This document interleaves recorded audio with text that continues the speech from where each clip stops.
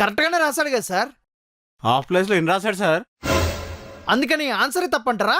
అంతేగా మరి. అంతేగానా? వామ్మో, తేడాగా ఉంది.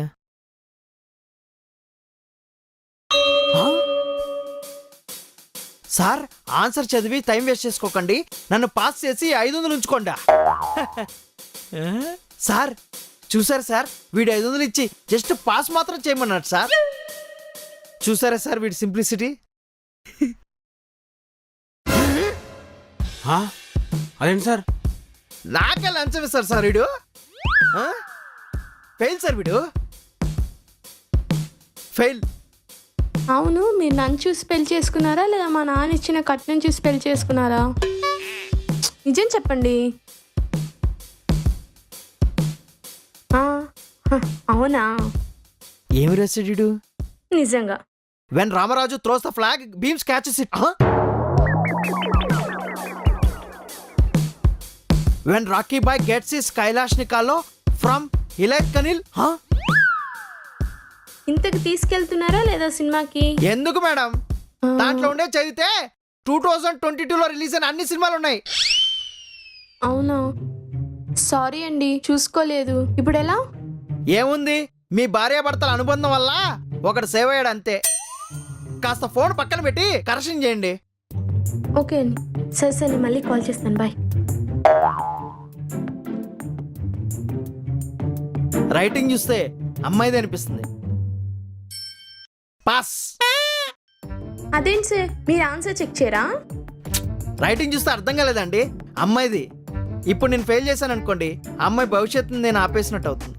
అదే పాస్ చేశాను అనుకోండి, హైయర్ స్టడీస్కి వెళ్తుంది. చిచి, ఈ రైటింగ్ ఎంత చండాలంగా ఉంది. ఏమైందండి? చూడండి, ఆ రైటింగ్ ఎంత చండాలంగా ఉందో. రైటింగ్ బాగలేకపోయినా ఆన్సర్ కరెక్ట్ రాసాడేమో కదండి. కరెక్ట్ గా రాసాడా లేదా అనేది కాదు, నీట్ గా రాసాడా అనేది ఇంపార్టెంట్. ఓ, మీకు అలా అర్థమైందా? వీడి రైటింగ్ కూడా వరస్ట్ గానే ఉందే. సార్ ప్లీజ్ సార్, మీరే ఆన్సర్ చదివి కరెక్షన్ చేయండి. ఓకే. ప్రకాష్ గారు, ఆ, మీరు చెప్పింది కరెక్టేనండి. వీడి రైటింగ్ బ్యాడ్ ఉన్నా టాపరే. నేను చెప్పాను కదండి. మీ రైటింగ్ కూడా వరస్ట్ గానే ఉంటుంది అనుకుంటా ప్రకాష్ గారు.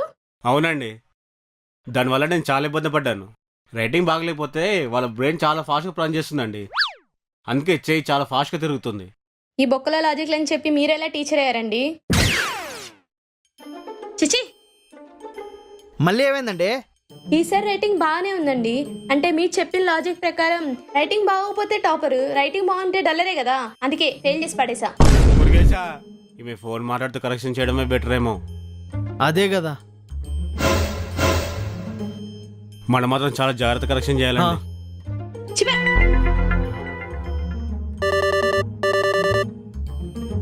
హలో, చెప్పు నాన్న. నేను షాట్ తీసుకొస్తా. అరే, నేను ఆఫీస్లో ఉన్నారా, ఇప్పుడు ఎలా తీసుకొస్తా? సరే సరే, ఏడవకు, నేను వస్తున్నా, ఆగు. ఎక్కడికి సార్? మా వాడు ఐస్ క్రీమ్ కావాలని ఏడుస్తున్నాడు అండి. అయిపోయినాక వెళ్ళొచ్చు కదా. లేదండి, ఫుల్ ఏడుస్తున్నాడు. మరి ఇప్పుడు ఈ పేపర్లని ఎవరు కరెక్ట్ చేస్తారు? మీరు ఏమనుకోకపోతే మీరే. పోండి సార్, నాకే చాలా ఉన్నాయి.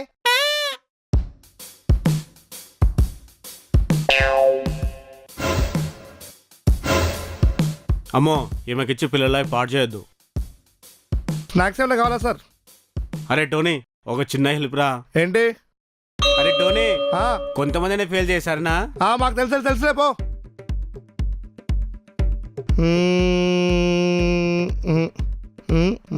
ఓవర్ యాక్షన్ ఏంటి సార్? ఈ రెండింటిలో 1000 పట్టుకోండి. ఎందుకురా? పట్టుకోండి సార్. ఇటు ఫెయిల్.